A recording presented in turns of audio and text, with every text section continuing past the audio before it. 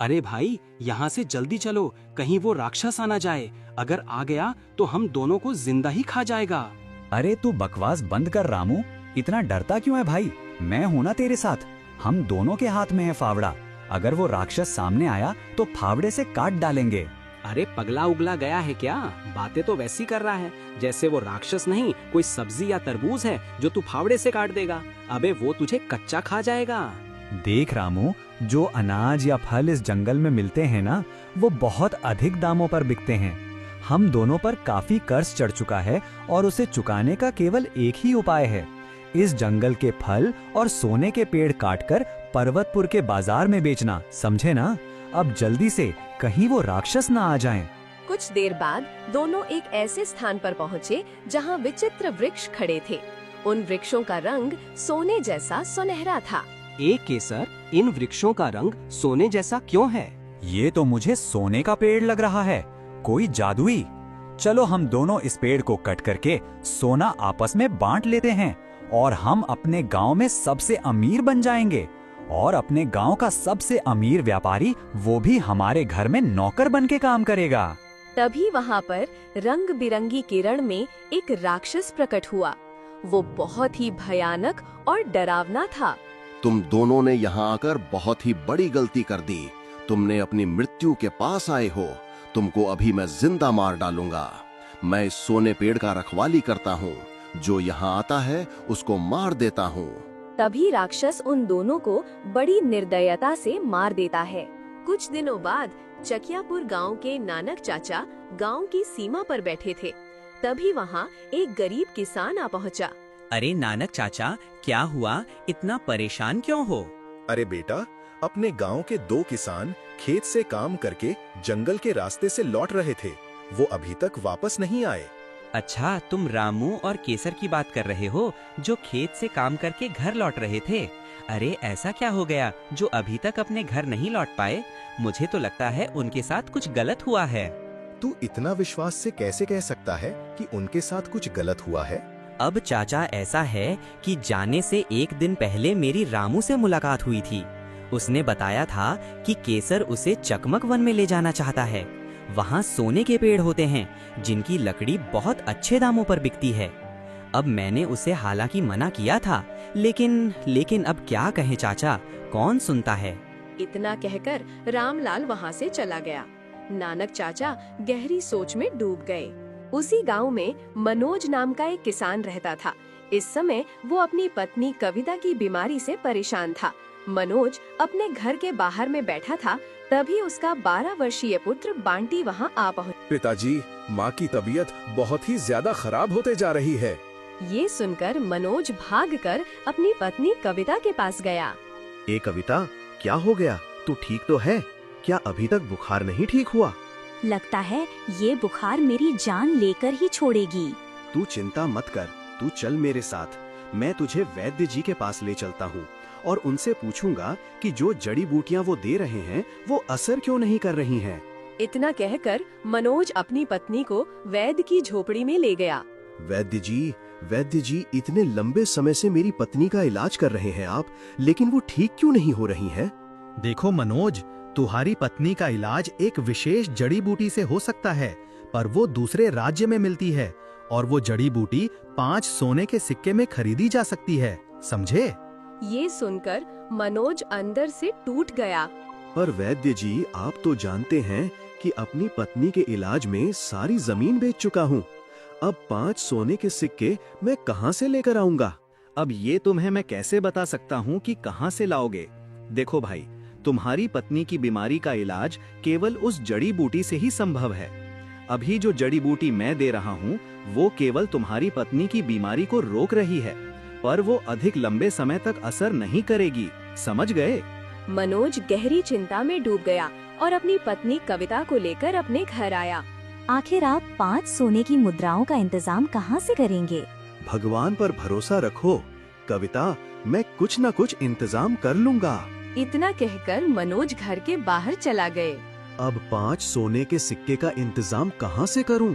जंगल से जितने फल और सब्जियां लाकर बेचता हूँ वो केवल पीतल के सिक्कों के बराबर बिकती हैं। उन पीतल के सिक्कों को मिलाकर भी एक सोने का सिक्का नहीं बनता। क्या करूं भगवान, क्या करूं? कुछ देर बाद उसके मन में एक ख्याल आया। अब एक ही उपाय है, मुझे चकमक वन जाना होगा और वहां से सोने के वृक्ष को काटकर बाजार में बेचना होगा। उसी से इतना धन प्राप्त किया जा सकता है जिससे मैं अपनी पत्नी का इलाज करा सकता हूँ। अगली सुबह वो फावड़ा उठाकर जंगल की ओर रवाना हो गया। मनोज जंगल की सीमा पर पहुंचा ही था कि नानक चाचा उसे मिल गए। अरे बेटा मनोज, कहाँ जा रहे हो? चाचा, किसान हूँ, जंगल जा रहा हूँ खेती के लिए और फल लाने। देखो भाई मनोज, गलती से भी उस चकमक वन में मत जाना। कुछ दिन पहले रामू और केसर लालच में वहां चले गए, लेकिन वापस नहीं आए और ना जाने कितने लोग कुछ समय से वहीं गायब हो चुके हैं। जरा संभल कर जाना। हाँ चाचा, आप चिंता मत करो, मैं चकमक वन नहीं जाऊंगा। फिर भी वो बहुत दूर तक चला और अंततः चकमक वन के बीच में खड़ा हुआ था, जहाँ चारों ओर सुनहरे रंग के वृक्ष लगे हुए थे। मनोज एक सोने के वृक्ष के पास गए। अब जल्दी से इस वृक्ष के फल और लकड़ियाँ काट लेता हूँ। तभी वहाँ पर रंग बिरंगी किरणों में एक राक्षस प्रकट हुआ। अब डरने से कोई फायदा नहीं, क्योंकि तुम मरने वाला है। मनोज की आंखों में आंसू आ गए और वो विनती करते हुए बोला, देखो, मुझे मत मारो, मेरी पत्नी बीमार है और मेरा एक पुत्र भी है। मुझे मत मारो, मैं तुमसे विनती करता हूँ। मुझे इससे कोई फर्क नहीं पड़ता। मैं तुझे तो हर हाल में मारूंगा और फिर खाऊंगा। मैं बहुत मजबूरी में इस जंगल में आया हूँ, मुझे मत मारो, मैं तुमसे विनती करता हूँ। हर कोई यही कहता है, पर मैं जानता हूँ कि हर मनुष्य यहाँ लालच के इरादे से आता है। ठीक है, अगर तुम्हें मुझे मारना ही है तो मुझे कुछ समय दे दो। मुझे ये सोने के पेड़ काटने दो, मैं लकड़ियाँ बेचकर अपनी पत्नी का इलाज कराऊंगा। ये सुनकर राक्षस कुछ क्षण मनोज को गौर से देखने लगा। मुझे क्या मूर्ख समझा है क्या? कोई इतना ईमानदार नहीं होता कि मरने के लिए स्वयं तैयार हो जाए। देखो, अगर तुम राक्षस हो तो तुम्हारे पास जादुई शक्तियाँ भी तो होंगी। तुम अपनी जादुई शक्ति से मुझे परख सकते हो।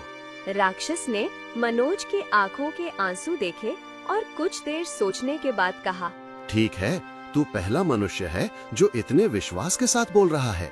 चल ठीक है, मैं तुझे एक मौका देता हूँ, पर याद रखना, दीपावली के बाद तुम्हें यहाँ स्वयं आना होगा। अब मैं वृक्ष की लकड़ियाँ काट सकता हूँ। गांव अंधेरा वास्तव में अपने नाम को चरितार्थ करता था। यहाँ बिजली अक्सर मेहमान बनकर आती थी।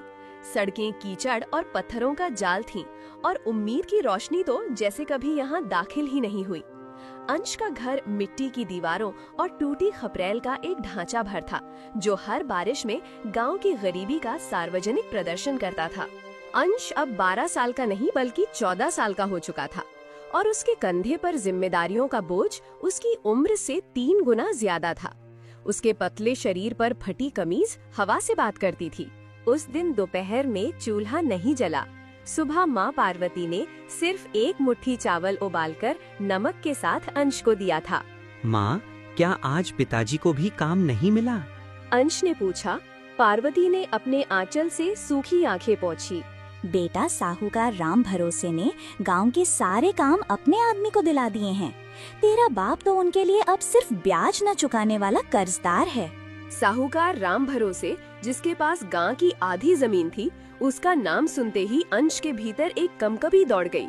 2 दिन पहले राम भरोसे उनके घर आया था। उसका भारी शरीर, गले में मोटी सोने की चेन और हंसने का वो क्रूर तरीका अंश को आज भी याद था। गोपाल, तेरी औकात नहीं है मेरा कर्ज चुकाने की। ये छोटा है ना, इसको मेरे यहाँ काम पे रख दे। इसकी 1 साल की मजदूरी से तेरा ब्याज तो सज जाएगा। पिता गोपाल ने राम भरोसे के पैरों पर सिर रख दिया था। मालिक, ये पढ़ने वाला लड़का है, इसकी किस्मत ना छीनिए। गरीब की किस्मत कलम से नहीं, फावड़े से लिखी जाती है। याद रखना, अगले महीने तक पैसा नहीं आया तो यह झोंपड़ी भी मेरी और तेरी लड़की को भी शहर बेच दूंगा। धमकी का क्रूर रूप उसे दहला गया था। अंश ने उस दिन कसम खाई कि वो फावड़ा नहीं उठाएगा। वो कलम की ताकत से इस पूरे अंधेरे को मिटाएगा। अंश का एकमात्र सहारा गांव के रिटायर्ड पोस्टमास्टर दयाराम काका थे। काका के पास कुछ पुरानी फटी पुरानी सरकारी किताबें थीं। हर शाम जब गांव सो जाता, अंश अंधेरी गलियों से होकर काका के पास जाता। काका उसे एक पुरानी टूटी हुई लालटेन की रोशनी में पढ़ाते थे। वो लालटेन सिर्फ अक्षर ही नहीं दिखाती थी, बल्कि अंश को दुनिया का एक नया नजरिया भी देती थी। काका, यहाँ लिखा है कि सब बराबर हैं, सबको न्याय मिलेगा। दयाराम काका ने गहरी सांस ली। बेटा, किताबें सिर्फ रास्ते बताती हैं, उन पर चलना खुद पड़ता है, और उस रास्ते को पक्का करने के लिए तुम्हें सबसे ऊंचाई तक पहुंचना होगा। तुम्हें एक अधिकारी बनना होगा जो सिर्फ नियम पढ़ता नहीं बल्कि उन्हें लागू करता है। बनाए रखा, वो दिन में गांव के छोटे मोटे खेतों में काम करता, टूटे पुलिया से सीमेंट की बोरियां उठाता और रात को दयाराम काका के पास पढ़ता। 16 साल की उम्र में अंश का शरीर मजबूत जरूर हुआ, पर उसके हाथों पर मजदूरी के फफोले पड़ चुके थे। इस साल उसे 10वीं की परीक्षा देनी थी। स्कूल की फीस 500 रुपए थी। माँ पार्वती ने अपनी कमर में बंधी फटी साड़ी के कोने से 100 रुपए निकाले। बेटा, इतने ही हैं पिछले हफ्ते की मजदूरी के। पिता गोपाल ने उदास होकर कहा। बाकी के लिए साहूकार के यहाँ काम करना पड़ेगा। नहीं पिताजी, मैं खुद कमाऊंगा। वो अगले 3 हफ्तों तक गांव से 5 किलोमीटर दूर ईंट भट्टे पर काम करने गया। तपती गर्मी में उसके नंगे पैरों ने जलती राख पर चलकर अपनी फीस के पैसे कमाए। जब उसने फीस जमा की तो स्कूल के हेडमास्टर ने उसे घूर कर देखा। तो कैसे आप लोग ये स्टोरी वीडियो सबको कैसी लगी कमेंट में जरूर बताना, और अपने दोस्तों को ज़्यादा से ज़्यादा वीडियो को शेयर करना।